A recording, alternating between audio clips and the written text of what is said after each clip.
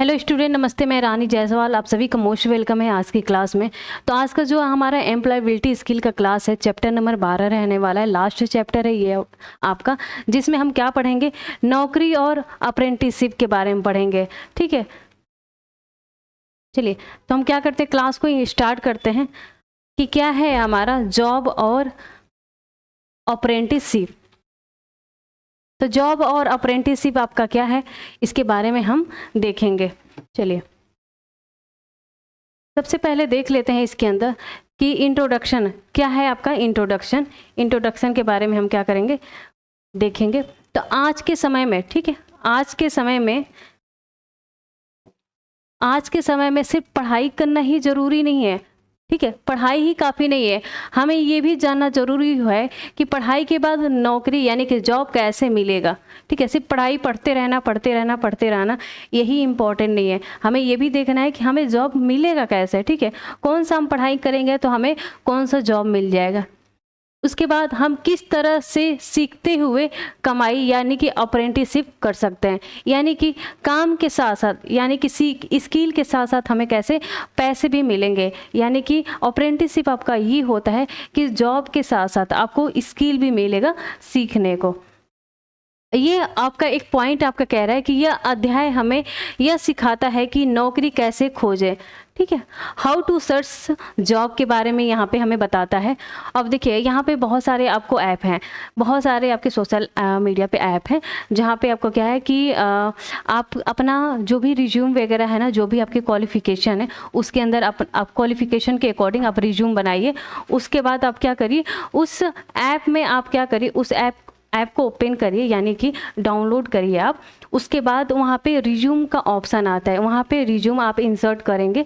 उसके बाद आपकी क्वालिफिकेशन के अकॉर्डिंग आपका क्या होता है, आपको जॉब, वहाँ पे जॉब का मैसेज आता है। तो आपका मन है, अगर आपको जॉब चाहिए, अगर वो जॉब करना है तो आप क्या कर सकते हैं, वहाँ पे जाके इंटरव्यू दे सकते हैं। ठीक है, जॉब ऐप के बारे में हम बता देंगे।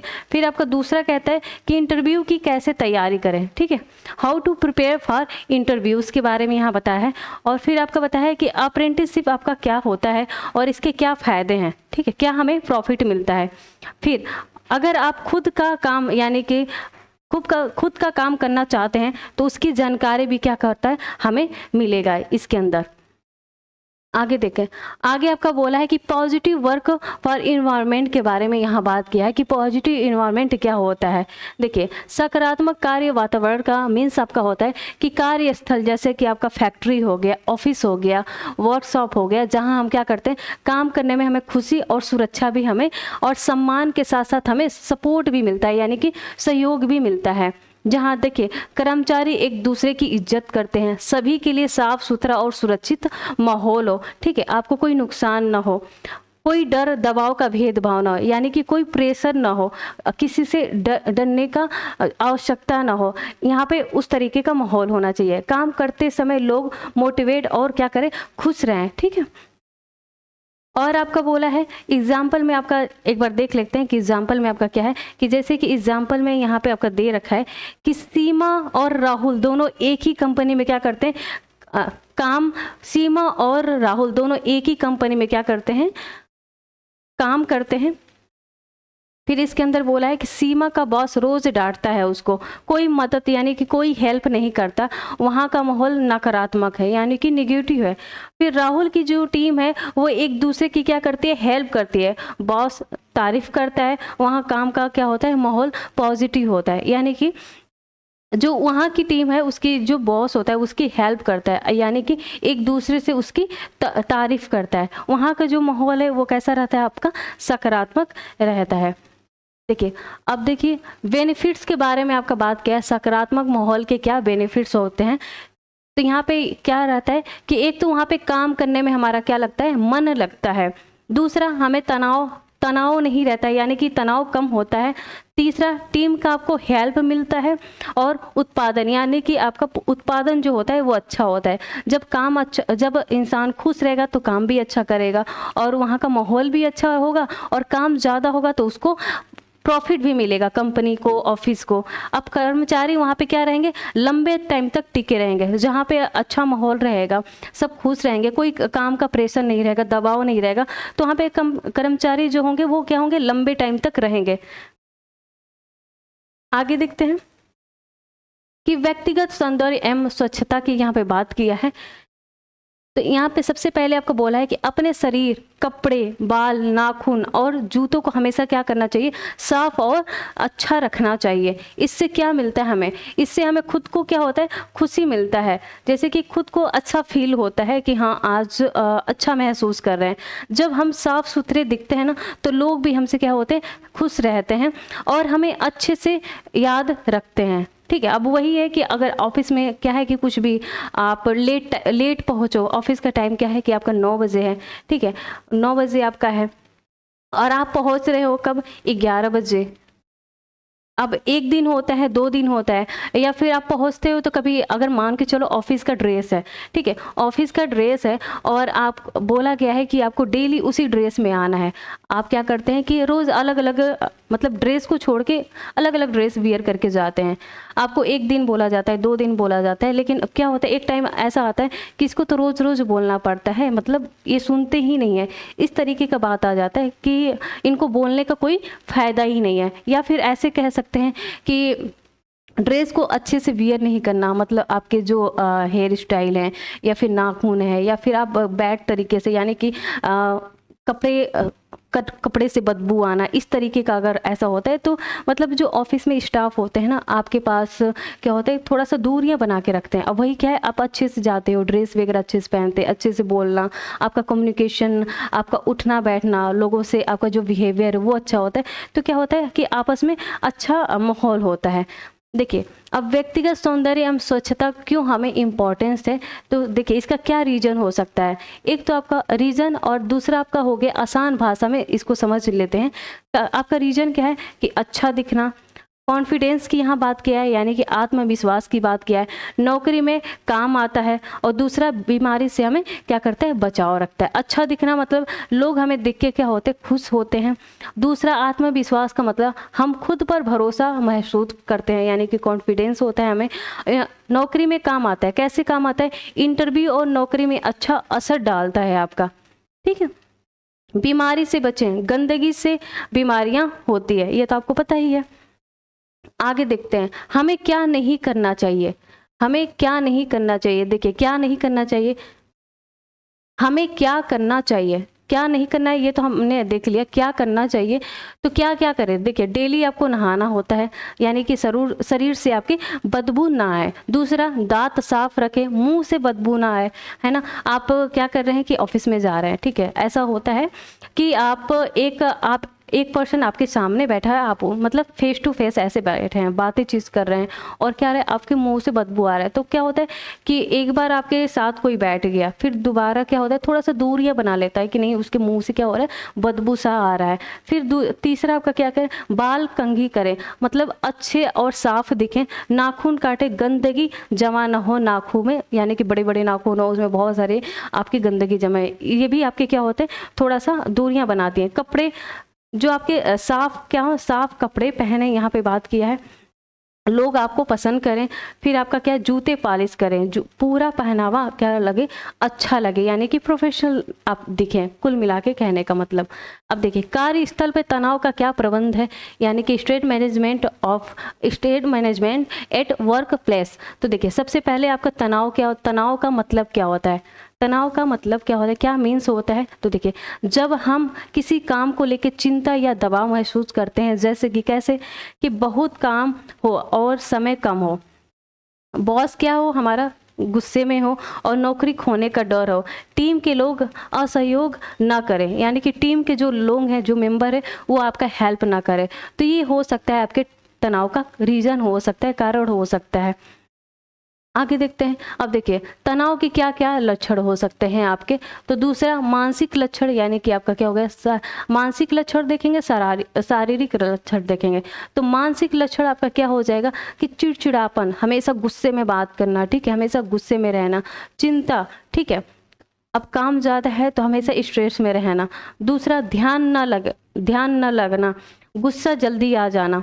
अब देखिए शारीरिक लक्षण में क्या है, सर दर्द हो सकता है, थकान हो सकता है, नींद कम आना, और ये आपका हो गया पेट खराब हो जाना। ये सारे तनाव के क्या हैं, लक्षण हैं आपके।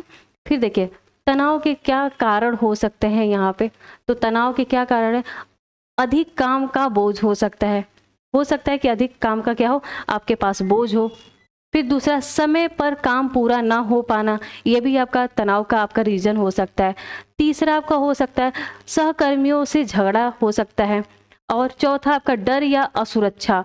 फिर घर की चिंता ऑफिस में लाना।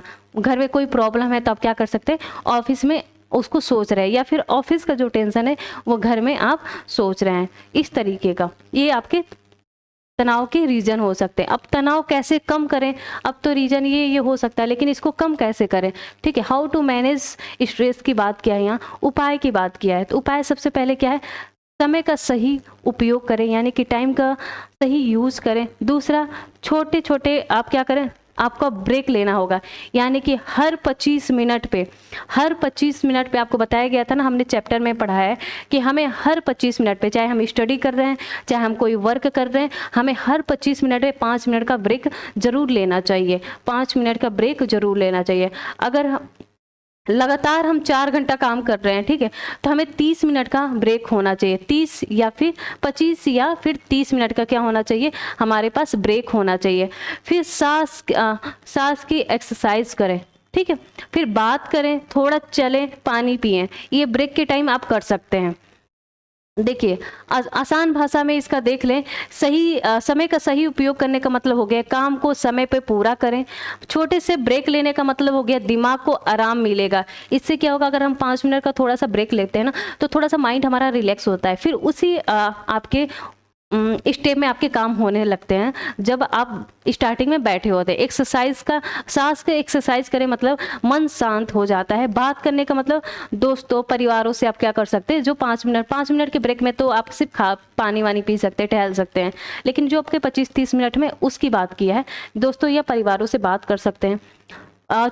थोड़ा चले, यानी कि फ्रेश महसूस करेंगे, और पानी पिएंगे तो शरीर भी क्या रहेगा, हमारा ठीक रहेगा। पानी पीना हमारा वैसे भी लाभदायक होता है ना। चलिए रिज्यूम कैसे बनाना, मेकिंग ए रिज्यूम। देखिए अभी तो हम आपको रिज्यूम बनाना नहीं बता पाएंगे प्रैक्टिकली, ठीक है, लेकिन आपको फॉर्मेट एक बता देंगे, उस तरीके से आप क्या कर सकते हैं, MS वर्ड पे आप रिज्यूम अच्छे से बना सकते हैं। आजकल बहुत सारे ऐप भी आ गए हैं कि आप क्या कर सकते हैं, फॉर्मेट को कॉपी कर सकते हैं, वहाँ पे एडिट भी कर सकते हैं, ठीक है। अब देखिए रिज्यूम क्या है, आपका एक डॉक्यूमेंट होता है, यानी कि आपका एक दस्तावेज होता है, जिसमें हम अपने बारे में, नौकरी से जुड़ी जानकारी क्या करते हैं, उसके अंदर ऐड करते हैं। अब देखिए क्या, इसे देखकर कंपनी तय करती है कि हमें इंटरव्यू के लिए बुलाया जाए या फिर नहीं बुलाया जाए। अब रिज्यूम बनाने का भी तरीका होता है। अब क्या उसमें पूरा झूठ सच सब भर दिया जाए और उसमें 4-5 पेज का रिज्यूम बनाया जाए, नहीं। रिज्यूम कुछ भी हो जाए, आपके 2 पेज से ज़्यादा नहीं होना चाहिए, ये याद रखना है, ठीक है। रिज्यूम क्या करता है, हमारी शैक्षणिक योग्यता होता है, जितने भी हमारे क्वालिफिकेशन होते हैं, स्किल होता है, हमारे एक्सपीरियंस होता है, उसकी जानकारी क्या करते हैं हम एक पेज में कम शब्दों में हम लिखते हैं, ठीक है। अब एक अच्छा रिज्यूम कैसे होता है, तो देखिए छोटा और स्पष्ट होता है, यानी कि 1 से 2 पेज का होता है, यानी कि तीसरा पेज आपका नहीं होना चाहिए रिज्यूम के अंदर। अब देखिए सही जानकारी का मतलब कोई झूठ ना हो, उसके अंदर कोई ऐसा झूठ बोला पॉइंट ना हो, या फिर ये कोर्स कर लिया, ये भी कर लिया, ये भी कर लिया, ऐसा नहीं लिखना है। अगर झूठ का मतलब आपका हो गया कि अगर आपको प्रॉपर हिंदी आता है, तो हाँ हिंदी तो वैसे सबको आता है, अगर प्रॉपर एकदम बोल पा रहे हैं, समझ पा रहे हैं, लिख पा रहे हैं, अगर इंग्लिश आता है तो आप यस या नो का लिख सकते हैं, ऑप्शन इंग्लिश का लिख सकते हैं, जो लैंग्वेज होता है हिंदी या इंग्लिश। नहीं आता है तो मत लिखिए, ठीक है, इससे कोई फर्क नहीं पड़ने वाला। आपकी मैक्सिमम आपके अगर प्राइवेट कंपनी वगैरह की बात करें तो आपके क्वालिफिकेशन और आपके स्किल देखता है, ठीक है। सजीव भाषा का मतलब प्रोफेशनल शब्दों में प्रयोग करें। अब देखिए अच्छी फॉर्मेटिंग का मतलब साफ सुथरा टाइप किया गया हो, ये नहीं कि एकदम एक ही में आप क्या करो वर्ड को चिपका दो, यानी कि स्पेस वगैरह होना चाहिए। थोड़ा सा फॉर्मेटिंग का डिजाइन भी अच्छा होना चाहिए। एक सिंपल सा, एकदम सिंपल सा आपको रिज्यूम हम दिखाएंगे, एक फॉर्मेट हमने यहाँ पे ला के रखा है। चलिए आगे देखते हैं रिज्यूम में क्या क्या लिखते हैं हम, क्या क्या लिखना चाहिए। देखिए क्या क्या लिखना चाहिए, तो हम बताएं कि पर्सनल डिटेल्स के बारे में हम बता देते हैं कि क्या क्या होना चाहिए। सबसे पहले आपका क्या होना चाहिए, नेम होना चाहिए, ठीक है। उसके बाद एड्रेस होना चाहिए आपका। उसके बाद यहाँ पे क्या लिखा है, मोबाइल नंबर, मोबाइल नंबर होना चाहिए, ठीक है, मोबाइल नंबर। उसके बाद आपका क्या है, ईमेल जरूरी है, ठीक है, ईमेल भी आजकल मैक्सिमम आपके ईमेल ही होते हैं, ठीक है। आपका डेट ऑफ बर्थ, वो भी आधार कार्ड का, ठीक है, आधार कार्ड का, ये नहीं कि अपना रियल लिख दीजिए आधार कार्ड में कोई और हो, ठीक है। तो डीओ भी जरूर भी होना चाहिए, डीओ भी होना चाहिए। ये आपका हो गया पर्सनल डिटेल के बारे में। अब देखिए कैरियर ऑब्जेक्टिव का मतलब हो गया आपका लक्ष्य क्या क्या है। ड्रीम्स के बारे में, आपका लक्ष्य के बारे में लिख सकते हैं, आप किस प्रकार की नौकरी चाहते हैं तो वो ऐड कर सकते हैं उसके अंदर। फिर शैक्षणिक योग्यता का मतलब एजुकेशनल क्वालिफिकेशन क्या होना चाहिए, आपने कौन कौन सी पढ़ाई किया है, जो किया है सिर्फ वही लिखिएगा। अगर आपने 10th प्लस 12 किया है, ठीक है, तो वही लिखें। अगर ग्रेजुएशन किया है तो ग्रेजुएशन के बारे में लिखें। अदर कोई नहीं कि हमने ये भी कर लिया है, ये भी कर लिया, ये भी नहीं, ये सारी चीज़ें नहीं लिखना है, जो आपने किया है वही लिखना है। तकनीकी कौशल यानी कि टेक्निकल स्किल का मतलब हो गया कंप्यूटर ट्रेड से जुड़ी हुए जो भी हुनर है आपके पास वो लिख सकते हैं, जैसे कि वायरिंग हो गया, वेल्डिंग हो गया, डाइंग हो गया, ठीक है। अब ये सारी चीज़ें आप लिख सकते हैं। अगर कोई आपने कोर्स किया है जैसे CCC हो गया, ADC हो गया, या फिर टैली हो गया, या फिर आपको अच्छा टाइपिंग आता है हिंदी इंग्लिश, तो वो भी आप स्किल के अंदर इसके अंदर लिख सकते हैं, ठीक है।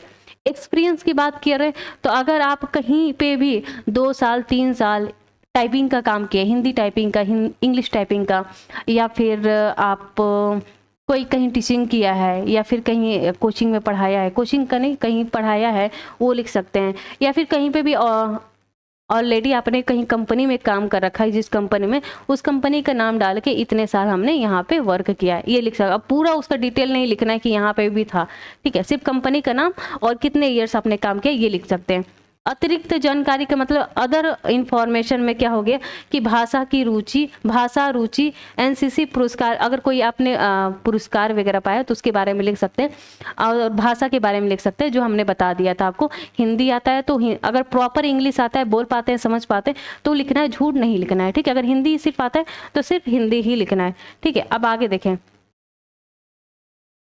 आगे आपका क्या कह रहे हैं, तो घोषणा यानी कि आपके इसमें मैं इस रिज्यूम में दी गई जानकारी को सही मानता या मानती हूँ, ये आपको इसके अकॉर्डिंग आपको ये मिल जाएगा, इंफॉर्मेशन मिल जाएगा। अब देखिए मैंने क्या किया है यहाँ पे कि एक अच्छा सा यहाँ फॉर्मेट बना दिया है, ठीक है, हालांकि आपको दिख नहीं रहा होगा, मैंने ब्लर किया है, फिर भी ये सिंपल सा है आपका फॉर्मेट।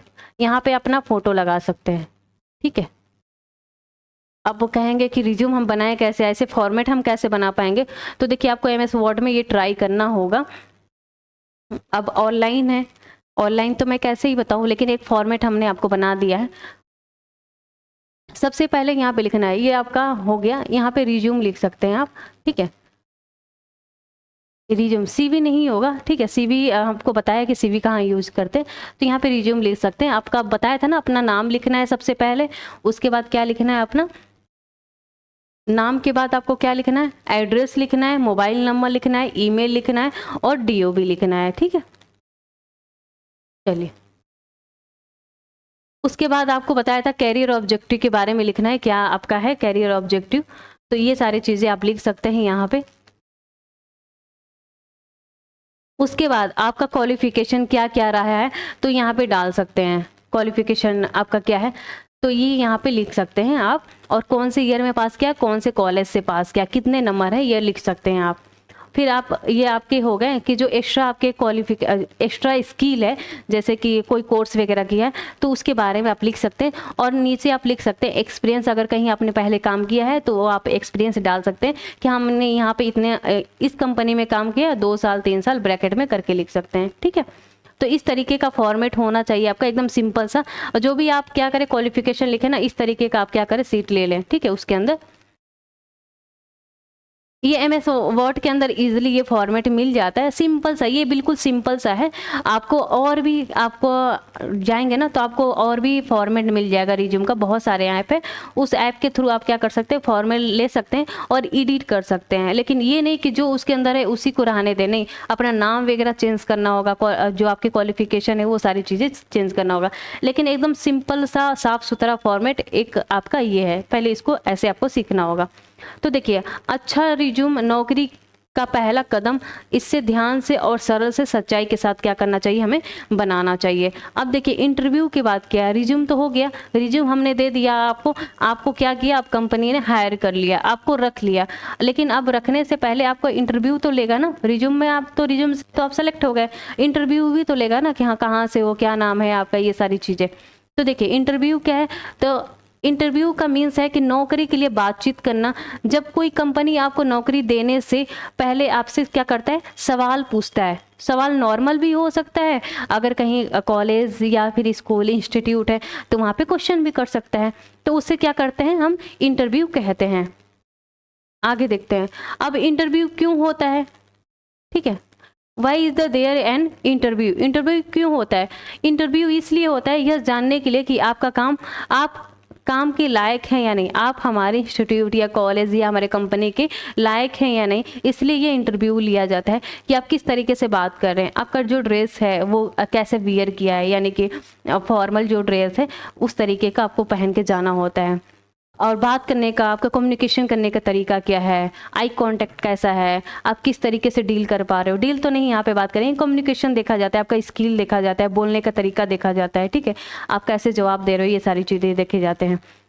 अब देखिए, आपको बात करके देखा जाता है कि आप कैसे बोल सकते हैं, सोच सकते हैं और काम को समझ सकते हैं। एग्जाम्पल में जैसे यहाँ पे मैंने लिख लिया, कंपनी को एक मशीन ऑपरेटर करने वाला व्यक्ति चाहिए था। अब वो जानना चाहते थे कि अर्जुन मशीन की जानकारी रखता है या नहीं, इसलिए उसे क्या किया जाता है, इंटरव्यू में सवाल पूछे जाते हैं। चलिए आगे देखते हैं, अब इंटरव्यू की तैयारी हम कैसे करें। इंटरव्यू आप देखिए, छोटा लेवल भी हो सकता है, बड़ा लेवल हो सकता है, कोई एग्जाम आपने बीट गया हो, वहाँ पे इंटरव्यू देने जाना है, ठीक है, तो ये सबके लिए इम्पॉर्टेंट है।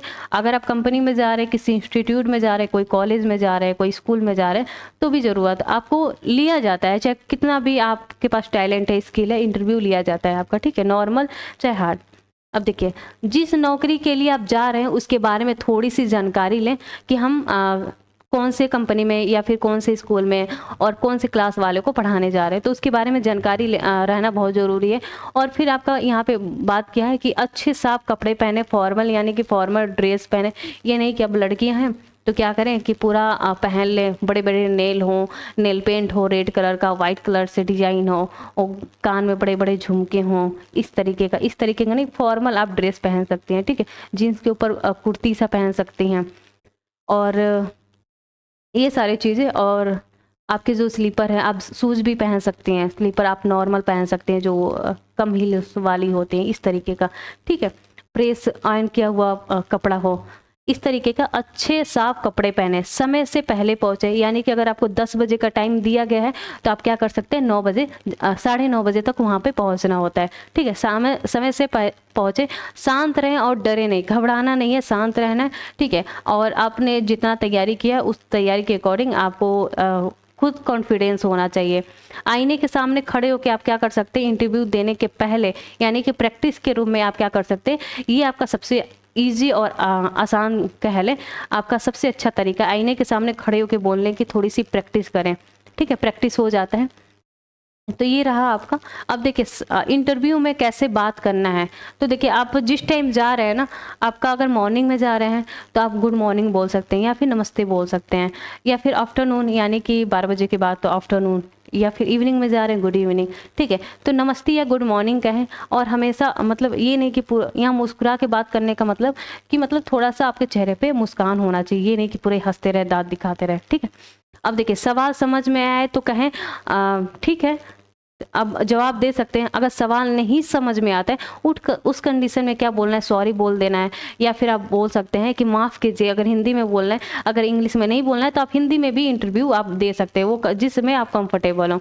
अगर नहीं सवाल समझ में आता है तो बोले कि माफ़ कीजिए, कृपया फिर से दोहराइए, ठीक है। इस तरीके का वर्ड यूज़ कर सकते हैं। अगर आपका इंटरव्यू हो जाता है, वो बोलते हैं कि हाँ ठीक है आप जाइए, आपका इंटरव्यू हो गया है, तो आप क्या अंत में क्या कर सकते हैं, थैंक यू या फिर धन्यवाद का हम यूज कर सकते हैं। तो ये रहा आपके जो बॉडी लैंग्वेज होते हैं वो देखे जाते हैं, आपका कैसा कम्युनिकेशन है, आपके जो सुनने का यानी कि सुनने का जो स्किल है वो कैसा है, आपका ड्रेस कैसे वियर किए हैं ये कैसा है, ठीक है। आप अगर बात कर रहे हैं तो मतलब ऐसा नहीं होता है कि इधर हाथ करके बात करना, इधर हाथ करके जैसे लगता है कि हम किसी को मार देंगे, इस तरीके का स्किल नहीं होना चाहिए, ठीक है। तो ये सारी चीज़ें हैं, आपको नॉर्मल ही बताया गया और आप लोगों के लिए जितना सिलेबस में है उतना ही आप लोग जानिए। बाकी इसका एक और पार्ट है वो भी हम देखेंगे क्लास के अंदर। चलिए, तो आज का जो क्लास है ना हमारा यहीं तक रहेगा। अभी इसका सेकेंड पार्ट भी है तो उसको नेक्स्ट क्लास में देखेंगे, ठीक है। तो आज का क्लास यहीं तक, मिलते हैं आपको नेक्स्ट वीडियो में। तब तक के लिए आप सभी को एक बार फिर से नमस्ते।